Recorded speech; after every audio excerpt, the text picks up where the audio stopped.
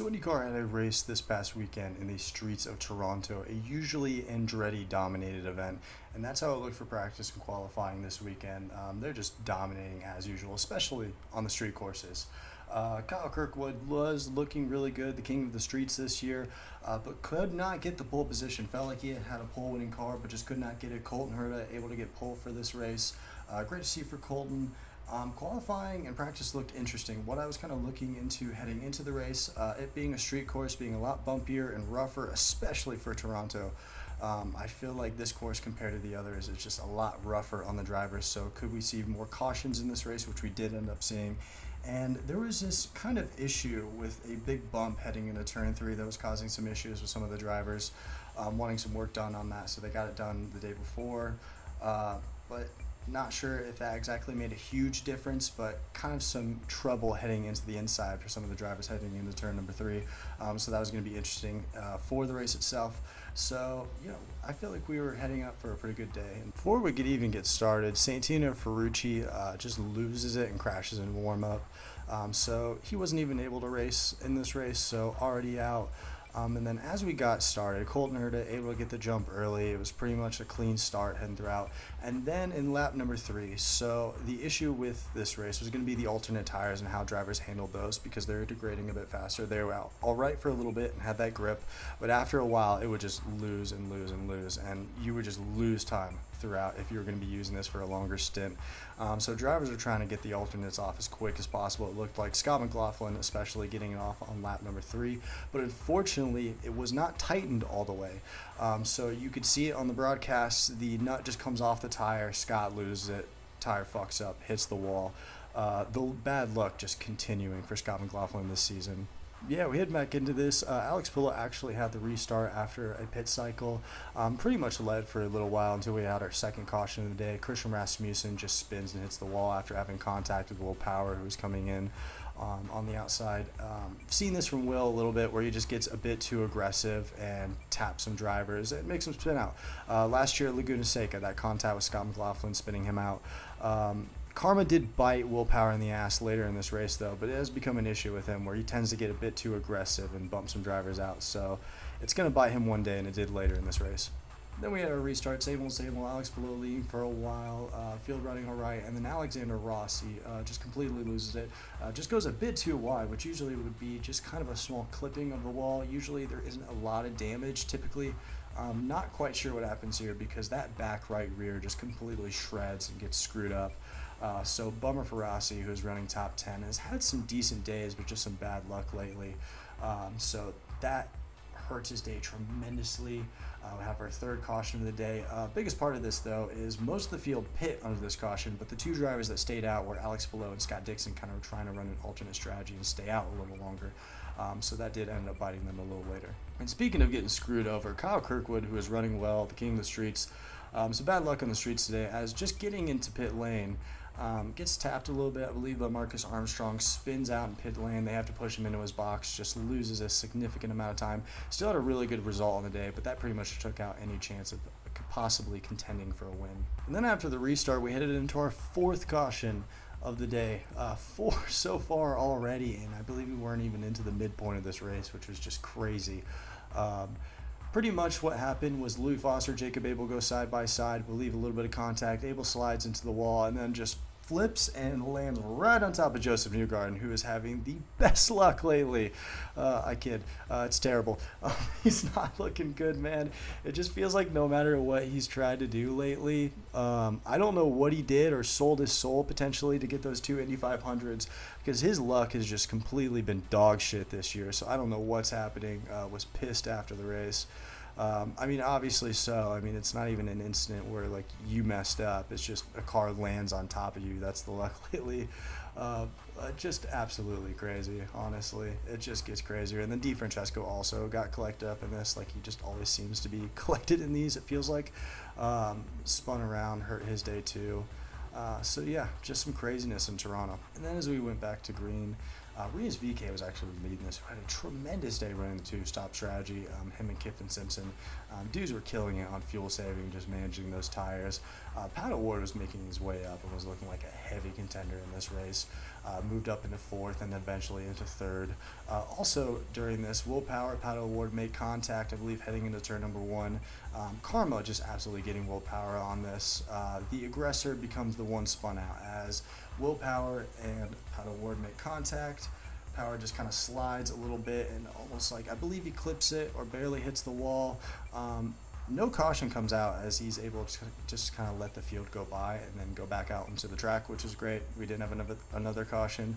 But honestly, this was just karma for Will Power. I mean, it was just going to catch up to him someday. As we headed into the pits for the final pit sequence of the race, it was going to be a battle of will Rinus VK be able to get the jump on Pato O'Ward, or will Pato be able to come out of the pits and kind of hold Rinus off on cold tires, which is pretty much what happened. Pato O'Ward able to get the jump, come out of the pits in first, Rinus chasing him behind, but just could not catch him.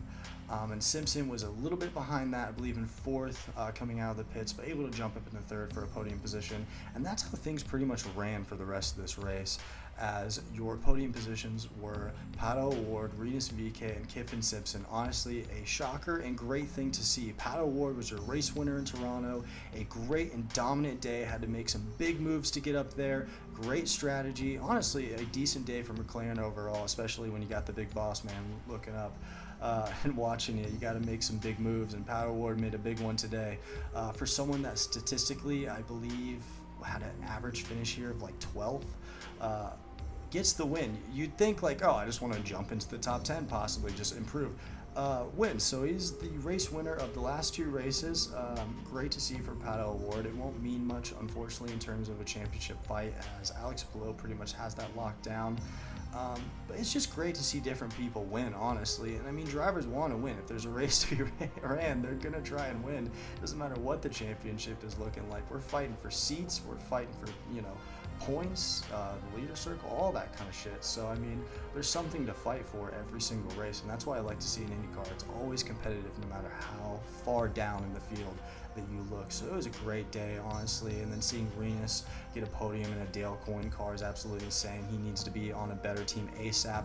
And Kiffin Simpson, who honestly, compared to last year, I think might be the most improved this year. I mean, compared to looking at his results from last year to this year is just insane. And going over the results of this race, starting from the back, obviously Santino Ferrucci did not race, so 27th. Technically, Scott McLaughlin in 26th after that crash early, Alexander Rossi in 25th after that incident, Justin Newgarden in 24th, and Jacob Abel in 23rd. Devlin DeFrancesco was able to finish the race, but finished in 22nd. Louis Foster was running pretty well in this race for a while, but just had an incident where I don't know what it was, just some left rear damage or something, so unfortunately dropped him back to 21st. Christian Rasmussen obviously had that incident early in the race, finished in 20th. Felix Rosenquist in 19th, not the best day for Felix, but I mean, it is what it is. Nolan Siegel in 18th, Stingray Robb in 17th.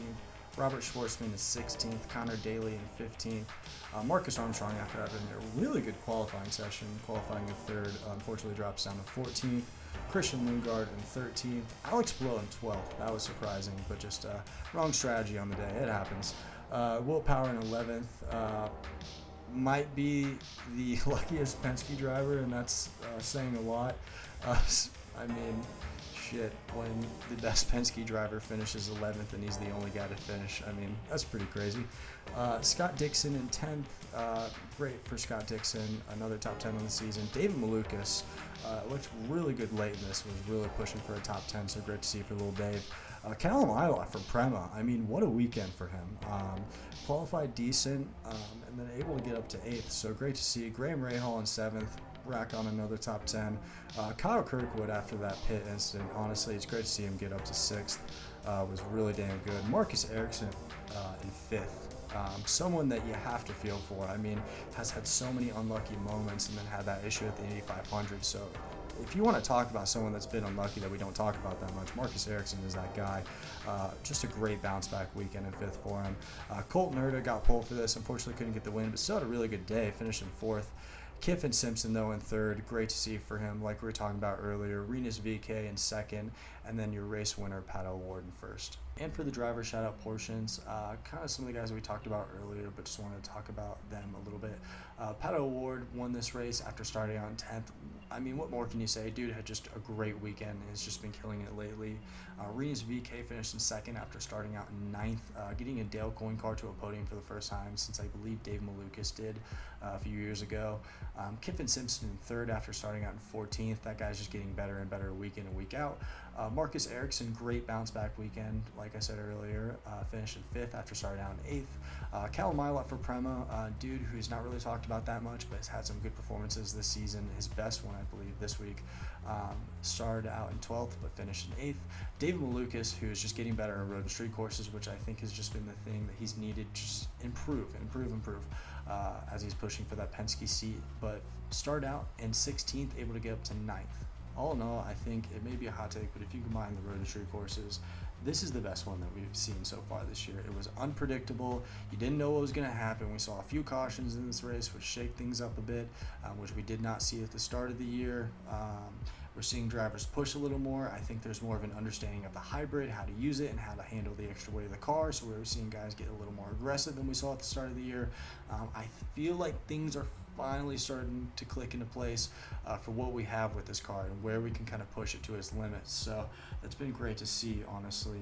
I feel like the second half of the schedule has just been getting better and better and better. I haven't seen a race yet really where I'm like, that was a complete shit show. You can say this was in terms of chaos, but I felt like it brought entertainment. It was the same way with Detroit. Sometimes bringing a little bit of chaos adds to the racing element of it and switches things up, which we saw here. So all in all, I feel like things were pretty damn good. And I'm just gonna admit, a little biased. This one is my favorite in terms of road and street courses.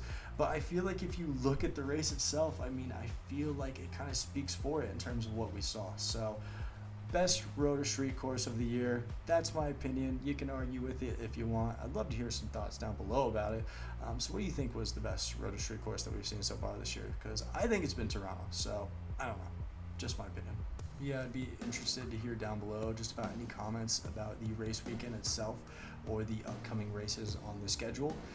We're getting closer and closer to the end of the year, so I don't know what crazy things we're going to see. So I hope we see some crazy shockers. Usually in IndyCar, there's a few up their sleeves. So we're just going to have to wait and see. So yeah, hope you all enjoyed the race weekend and enjoy the future races coming up. And honestly, just have a great rest of your week and take it easy.